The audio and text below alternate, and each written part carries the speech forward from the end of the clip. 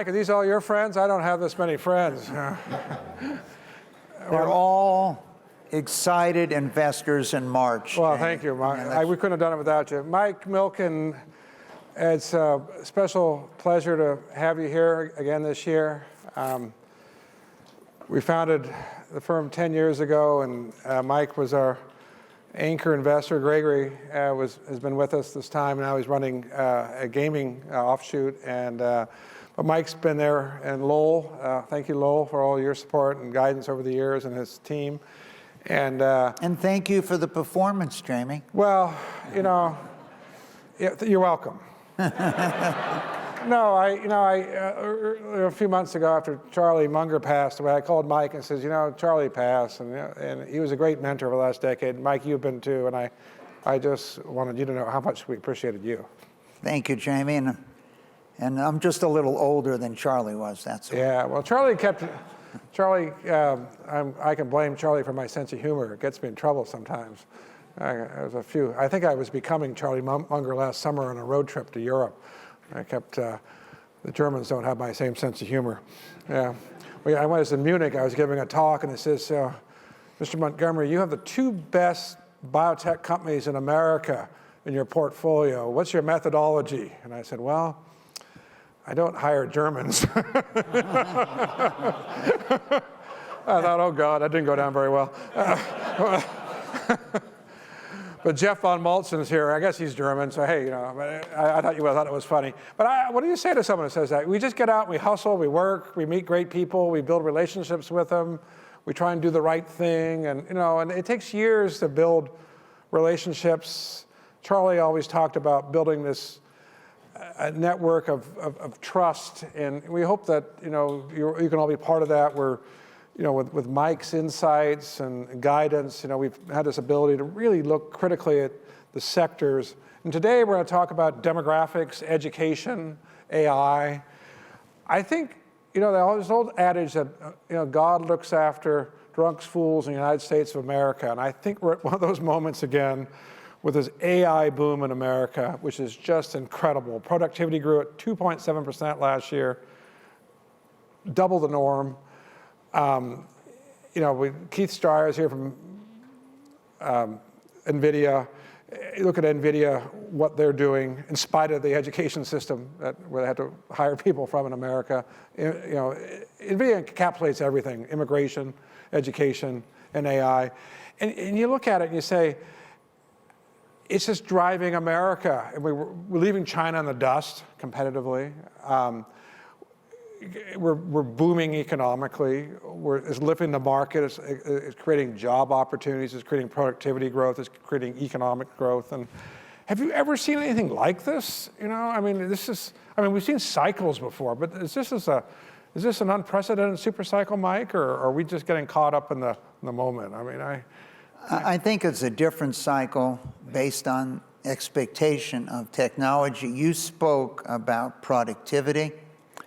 If you look at productivity today and the increase in the U.S. and its adjustment in the world, and you adjust productivity through countries of the world, and who knows, there might even be a slide coming up on this, but you can see here that Mexico, Korea, South Korea, Japan, those still are, when you measure productivity with cost of labor, that they are still lower. But you can see here that the United States and China have closed dramatically in terms of wages and productivity that you've spoken about. And so there are dramatic changes. But if you go back to places like the 1950s that Lowell and I grew up in, and the enormous feeling of potential opportunity,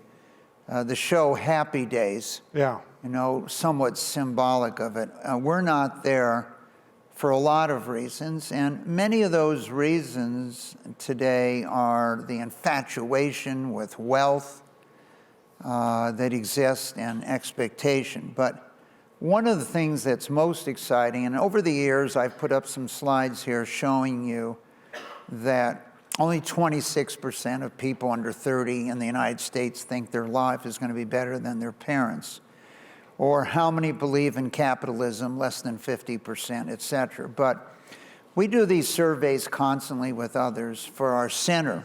And I just wanted to point out some of the interesting results. When we asked people, are you on the way to living your American dream? And we did it by net worth, we did it by race, we did it by education level, but let's look at it by race in America, and it would be dramatically different.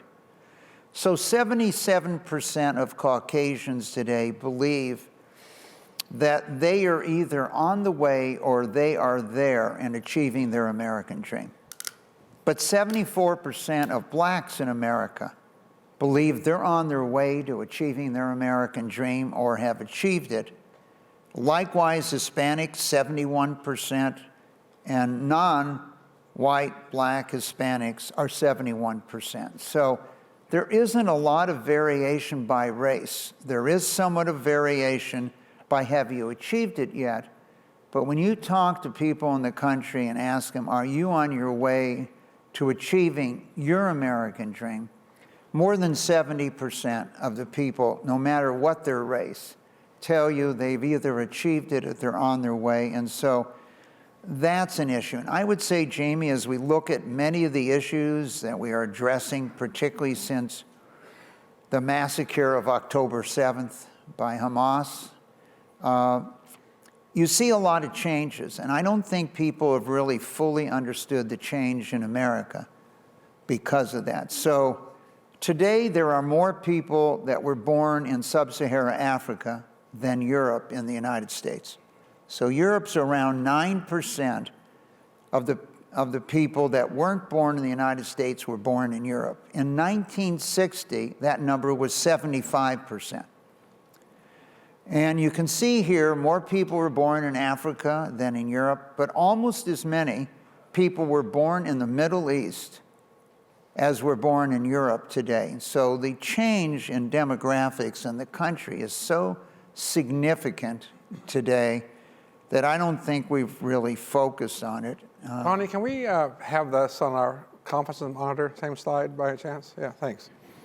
So it's my view that what investors have not really focused on are the two largest assets that exist in the world. One is human capital, which can move. People can move. Yeah. And the second one is social capital. Do you want to move?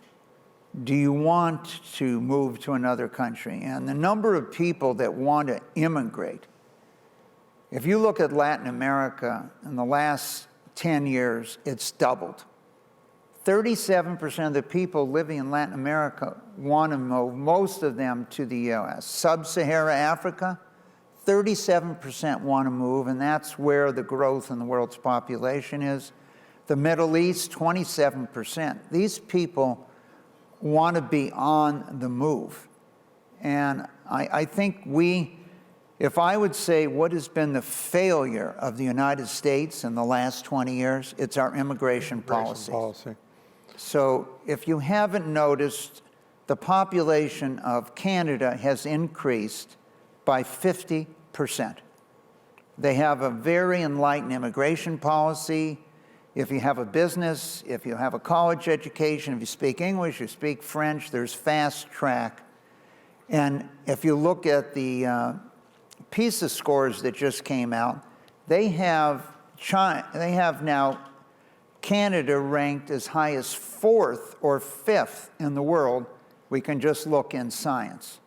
And that's this massive immigration that has come in the last generation to Canada. Singapore is first, Japan second, Korea third in science. But overall, today, Singapore is number 1, and number 2 is Korea, and Estonia is number 3 overall today. And the U.S., you can see where we rank.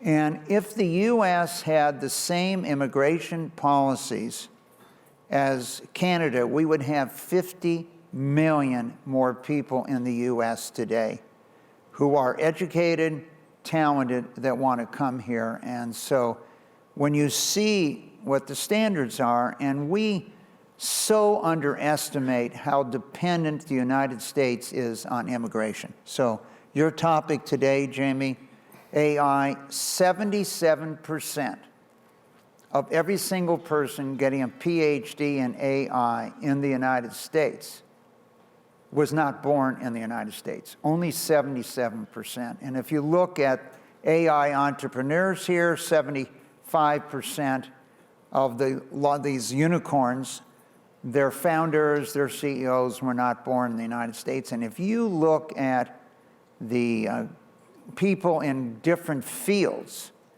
in the United States today, by topic, chemistry, biology, physics, you can just see here, and this is graduate schools, this is masters, etc. Only 82% of people in petroengineering in the United States in a graduate degree were not born, only 82. Electrical engineering, 74, and so on. And so the U.S. is totally dependent on immigration in many ways today for innovation, AI, etc. And we have not adjusted to the fact that you can see today what countries did most of these unicorns come from. Number one, India. Number two, Israel. And as you step back and think about these, there are trillions and trillions of dollars of human capital that want to come to the United States. So when you talk about competing with China or other countries, the number one thing the U.S. has going for it is social capital. Right. The idea, and we have not let people in, and then those graduate students, if they can't find the right job, we ask them to leave. Yeah. All right, so what would you, so demography is destiny. All right, so we agree on that point. What is? Well, it's not necessarily destiny if you have immigration. Okay? Yeah, true. Okay. So the U.S. has the lowest birth rate. So the last 50 years, without immigration, we would have zero population growth in America. Correct. Right. Correct. All right. So let's look at what about China? Talk about China. Good. Well, let's go look at China. So China and Korea have something in common. Both of them at one time, the average woman had 6 children. 6 children average per woman. Today, China is I can't now, imagine that was very pleasant, but hey. Well, you wanted to have you wanted to increase your population. This is only 55% of who plan to have women in America, only 55%. This is amazing. And if you looked at Japan, women 42. born between 1960 and 1990, 50% of those will never have a child. Yeah. Never have a child. And so you have these enormous shifts occurring, and you find 3 things generally occur. The more educated women are, the less children you have. As your wealth increases, and the book Factfulness focused, and it wasn't even extreme wealth. If wealth got above $2,000 to $3,000 per capita, the number of children dropped.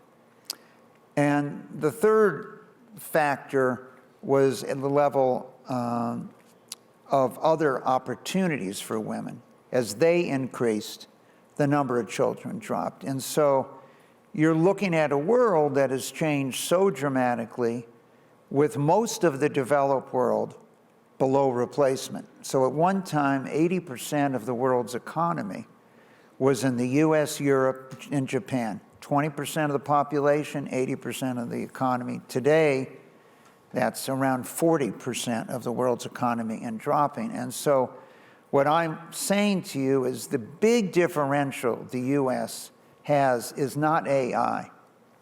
It's the social capital of the country. And the fact that not too many people are lined up to go to China today. Yeah. A recent survey showed 60% of everyone worth more than $1 million would like to leave. And 2/3 to the US, 1/3 to Europe. And not too many people lined up to go to Russia, Iran, or other countries today. So we are not taking advantage of our greatest opportunity. All right. And that to me is a challenge. And Do you likewise, have a chart on the China demographics? sure, let's throw China up. Yeah, let's Jamie's very demanding here. Hey, because I think China's even overstating their population. I think they're going to like half a baby per head. Well, look at this slide. Yeah. Okay, in 23, China reported that there were 7,880,000 births. Yeah. Then they said, no, it wasn't 7.8, it was 9. The time before, when it was 9, they said it was 10. So we don't know. Yeah. But the fact is, when you look at an historical chart here of going from 6 children to 1, another way to look at this is you have a number of people that you've backed in India. Let's look at India versus China, kind of a demographic chart. So there are more than 200 million people. So you can see here, almost 2.5 children were born in India for every child born in China. And who knows, but in 24, it's possible Nigeria is going to pass China in number of children. Yeah. Nigeria already has 20 million more children. So when you say, okay, let's look at the world today, there were more children in 22 born in Nigeria than all of Europe, Russia, Iceland, all combined by almost 2 million. There were more born in Nigeria by more than 2 million than all of North America and all of South America, etc. So Nigeria is projected by the UN to have more people by the end of the century than China. Now, the 5th highest academic performing students in the United States were those born in Nigeria. Wow.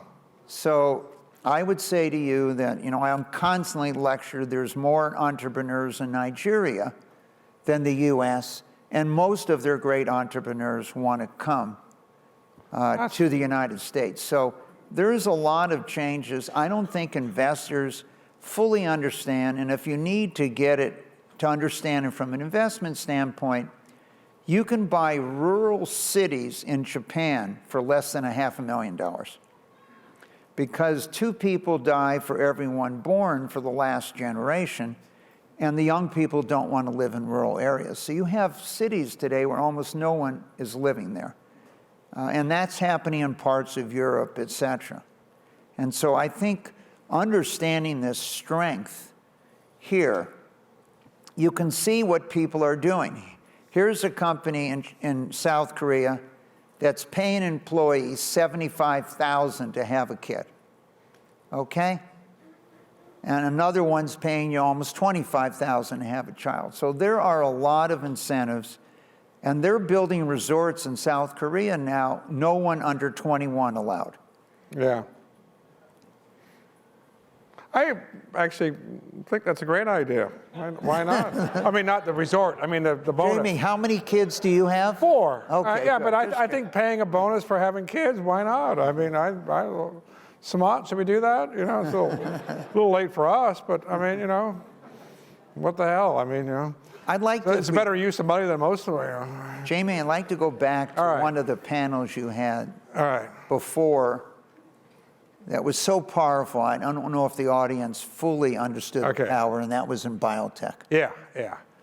And your decision to invest in those companies. Yeah. In 1993, one of the leading scientist clinicians in the world was a young man named Jonathan Simons that worked at Johns Hopkins, later was the first head of the Cancer Center in Atlanta, founded by the family that founded Coca-Cola, and then led our Prostate Cancer Foundation for 14 years, and today runs Bernie Marcus's medical foundation. A $5,000 machine today can do 5 million times as much in one day as Jonathan Simons could in gene editing and coding in '93. $5,000, 5 million times the output. And The idea, and one of our Milken scholars at the University of Texas is building a human being in a computer today so that you can use this as a model to test what happens in a computer, as you've heard previously. And I have pointed out every year almost, so I don't want to miss the opportunity this year, Jamie, that more than 50% of all economic growth in the last 200 years is due to public health and medical research. Yeah. So when you have those companies or others that exist today that are going to be 1 billion times faster, be able to do things. Those are two very special companies, Generate and Tesaro, and Jeff was the co-founder of both of them. And, it's Jensen from NVIDIA's, NVIDIA invested as Amgen as well with us in Generate. And I believe you'll see a 60 Minutes episode soon on NVIDIA, and they'll, Jensen wanted him to go visit. So I don't want to disappoint you and not show a slide on NVIDIA. Yeah. I went and visited NVIDIA with Ashish, who was up here speaking earlier, and he's a rock star there. They wanted his autograph. They brought out his paper and autographed it, and this is an incredible company. This is a sobering thought for as an investor here. In one day, the increase in the value of NVIDIA was multiples of the value of Warner Brothers Discovery, who has one of the largest or the largest storehouse of content in the world. It's 9 times the stock, but if I took the whole enterprise value, they grew in one day, and it's grown a lot faster since. The entire value of a company with the largest storehouse of entertainment content in the world, 3 times its enterprise value. It still might be early here too. Is Keith? Are you here, Keith from NVIDIA? Keith Stryer. So one of the things that they're doing is they're building. There's only about a dozen countries in the world that have their own, sovereign AI. And most countries are going to want it, and it's a real challenge. What does India do? What do some of these countries do? They're going to be dependent on foreign countries, and I think this is still very early. This could be quite a bit bigger company still. I mean, I hate to talk about the stock price, but I think in terms of addressable market, this is a massive play still in terms of what infrastructure is going to be required. I mean, I think you look at it and you say, okay, there could be 20 million jobs in America that are replaced with automation in the next 10 years or so at about $200,000 each, these jobs. And that's like $4 trillion. Now, half of that will go to the tech companies, and half of that will be in cost savings to the companies. And you think, how does that play through the economy? And now, I don't think that actually destroys human capital, because a lot of those people are ready to retire or move on to their next thing in life. There's probably 10 million government jobs that can be automated, and most of these jobs are kind of mindless, soulless. People haven't showed up for work in 4 years anyway in Washington. I mean, it's nuts, right? But I think this is still very early in this whole thing. You'll hear about it 1 o'clock here. McKinsey will show you this really interesting study on this. I think this isn't late. This is still early, and I think this is. But Mike, you talk about human capital. Let's put a number on human capital, because everyone talks about the debt. We all know what that is. It's silly. 34 trillion, a trillion every 100 days. That's a bad thing. But what? Well, $1 billion a year in interest, trillion a year in interest is a bad thing. And if it went up 1%, that's another 340 billion a year. Yeah, it's bad. But what's human capital estimate 1,500 trillion in the U.S. 1,500 trillion. So that's really our biggest. So our debt is 2% of that valuation. So the most important asset is human capital, and you think we could add to that another 20% with a proper immigration policy, or 30%? Yep. So, well, if you look at Israel, when the Iron Curtain came down and the movement out of Soviet Union, almost 1 million people to Israel. Israel became, at that point in time, not today, but the most educated country in the world. So you transferred trillions of dollars out of the Soviet Union to Israel, Europe, the United States. Russia, Soviet Union tried to figure out a tax that if you were educated, got your PhDs there and things, should you have to pay a tax? And that's why when you think of the U.S. policies of our graduate students, that we're going to force you to leave, we're potentially going to export trillions of dollars of human capital. It is so absurd. And when you see the enormous challenges and failures of our K-12 system today, as you might have noticed, and as Lowell pointed out to me, you know, at the end of 22, we're here in Los Angeles. LA announced that their grades are now higher than they were prior to COVID.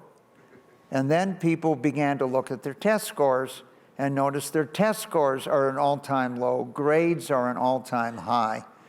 And as a result, you have parts of California now you cannot get a D or an F, okay? That you can get an I in complete, but you cannot get a D or an F any longer. And you had Culver City, which has a lot of tech in it, just announced they're eliminating honors English because it's racist.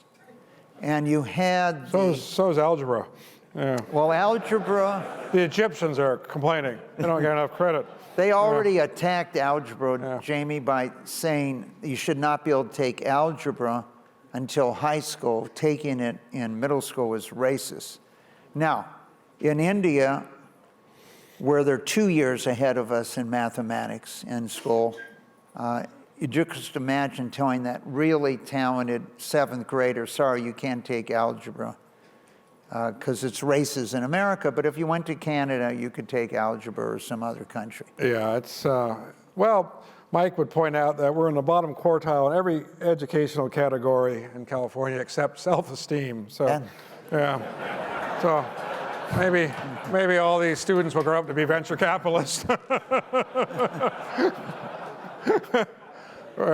Self-esteem doesn't seem to be a problem. So, Jamie, if you ran for public office, that'd be a bad idea. After you finish, after you finish Fund 8, you know, the U.S. If you think we're a leader now, if we only would change our immigration policies, there would be really no country that could compete with us. None. Because the best and brightest in so many countries of the world would like to come here, and obviously they want to come here because they believe in the ideal of the American dream. Yeah. They believe that America is a meritocracy, and so hopefully our efforts in Washington with our center, that America will remain a meritocracy. But Mike, it's incredible what you're doing there. We'll touch on that. I think this productivity growth is so important. Reagan's view was 2% productivity growth, 20 years, you double the income of every individual in the country. 2% over 20 years, that's a 2x.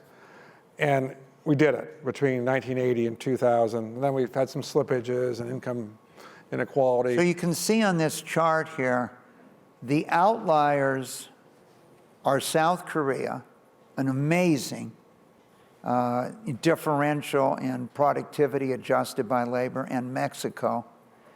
And so it's hard for China to compete with Mexico today, and almost every automobile manufacturer in the United States and the world has facilities in Mexico. We get back on this issue, productivity growth, immigration, we just dominate. And then you could adjust, get the taxes up a bit, moderate spending, and we could take care of this deficit. Is that your platform? That is my platform.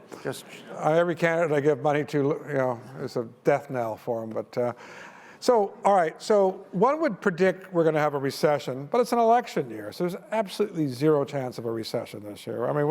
It just seems, but there's some stuff going on. A year ago, we sat here and we were both really queasy about commercial banking. And the next day, Silicon Valley Bank had a really awkward conference call and collapsed. What worries you? I mean, we had this M2 increase, 40%. It's coming down, but we seem to be kind of managing this, soft landing. I think one of the things is there's more women in the workforce, who are working remote, and that's kept unemployment down. There's some very interesting statistics going on. What's your outlook for this year, and what's kind of a potential black swan? I mean, last year was kind of all right. The commercial banks they borrowed long and really stupidly, and they got in trouble. Does the commercial lending, the real estate lending bother you? What worries you when you look at this situation right now? I think one, as we discussed last year, the idea that you would borrow overnight and lend intermediate or long. Yeah. There was not one bank in Texas that survived the 1980s independent, not one, and due to a number of factors. And so, though many people were just borrowing and short and lending intermediate or long, but that's pretty much run through the system. I think the real estate is still early in the system of what we're going to see in real estate from this standpoint. I have a friend that's relatively wealthy. He spends very little time in California. Less than 6 months a year? No, he probably 2. Okay. And I asked him, so why are you a California resident? He told me, well, he's got 12 houses in California, and he probably have to get rid of a few of them. But I think the challenge in office and what we're going to do here is with us, and the recycling, and the fact that you had people buying apartments at 2 3/4 or 3 cap rates. Then we have a lot of building, and so it takes a while to run through the system, but when you stop building for the next 3 or 5 years, then they will come back. So I still think you're seeing that, and you saw that with the bank in New York recently with their commercial lending. So I think there's more of that coming out. I do think the question of debt, it isn't just borrowing. You have administration that wants to forgive $1 trillion in student loans. I'm assuming that's heavily tied to the election. You think? If I forgive 40 million people's loans, if you vote for me, it isn't that blatant. There was a mayor of Naples who would send voters one shoe, and if they voted for him, he'd send them the other shoe. That was a little less subtle, I think. Yeah. So I think the issue here, right now, the average yield on the government debt's around 3% on 34, so it's around $1 trillion. 1%, sucking another 300 to 400 billion out of the economy. And I think you're correct. There's just no chance that you're not going to be pumping money out in an election year. Yeah. But the question is, when will the government decide that they're not going to operate at $1 trillion deficits at full employment? Yeah, which is just insane historically. So I think that is potentially a risk, and if that couples, you'll have to tie up with the Fed and drop interest rates at the same time. Which will support real estate. To me, the biggest risk we have is the failure of the education of our system in the United States as it exists today, and our dependence on foreign people coming here to drive our educated activities. And so we have this social capital advantage today. And if you look at where the people in the world being born, they're basically being born in South Asia and in Sub-Saharan Africa. That's where they're being born. And you could see India, Pakistan here, Bangladesh, and so on. Yeah, but they come here for the American dream, don't they? I mean, the Vietnamese believe it, the Nigerians believe it, more so than the Americans. So what is the greatest risk? The greatest risk is that we don't remain a society of a meritocracy. Yeah. And we don't give you an opportunity based on your ability, you know, from that. Yeah. So this is a look here today. The probability of a child born to parents in the lowest income reaches the highest income in their lifetime. And you can see what this immigration has occurred in Canada. And you might remember when they were doing all the tech layoffs, Jamie. Yeah. In end of 22, et cetera. Canada offered a fast-track visa Yeah. to every single person in technology that was being laid off by Google or Facebook or somebody. So besides all the other problems Canada has, Yeah. and now, you know, they're discovering that they put a tax in Vancouver on purchases of real estate, et cetera. Yeah. But we have the greatest asset here, and that is this ideal of upward mobility based on your ability, and maybe the only country where you have a chance to try, fail, and have a chance again. All right, Mike, one last question. You've always lived and worked with great purpose. Cancer cure, the American dream, education, revolutionizing finance. You know, we talk about building meaningful companies. A number of entrepreneurs here who were thinking about their, being successful and their legacy. Can you give a little bit of perspective or even advice, or about, as you think about your legacy and how you're thinking about that's evolved over the last couple decades? Well, it isn't just the last couple decades. I mean, Lowell and I decided more than 40 years ago of the concern on education. He's taken the lead there. I think you have to decide what world you want your kids to grow up in. You want your grandkids or your great-grandkids to grow up in. And Americans greatly underestimate the importance of America. Whether you're in South Africa, Zambia, Pakistan, Bangladesh, wherever you are in the world, Iran, you dream about the ideals that America has. And when you look at how people feel about the American dream, and all of Africa, most of the Middle East today, South Asia, Southeast Asia, they truly believe that this ideal of upward mobility based on your ability, not who your parents were, where you were born, whether you're a man or a woman or any other factor, is what the United States stands for. And so people around the world, the United States is more important to them, unfortunately today, Jamie, than people in the U.S. today.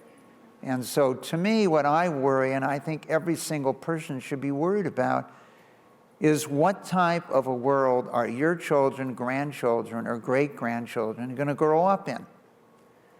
And I'm telling you right now, if you don't have the United States, you're going to grow up in a substantially different world, no matter where you are on the planet. And if might makes right, then we don't know what this planet is going to look like. And unfortunately, I'm sorry to break the bad news today, but it's at least 100 years before we're going to be able to go to the next star system.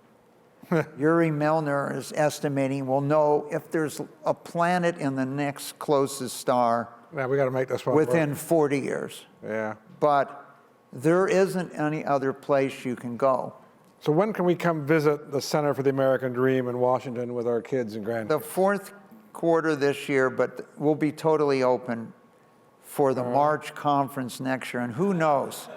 Maybe one year we'll have the March conference there. I think that's an excellent idea. But I'm saying, I just think if there's any message today, it's the protection of the values that this country was founded on, that it's a meritocracy, that you have a chance, no matter where you were born, who your parents are, what you went to school.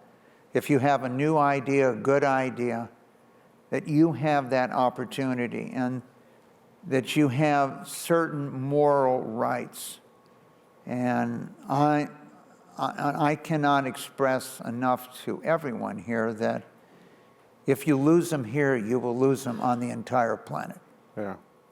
And so we are the hope of the planet, and most people around the world wish we could get our act together.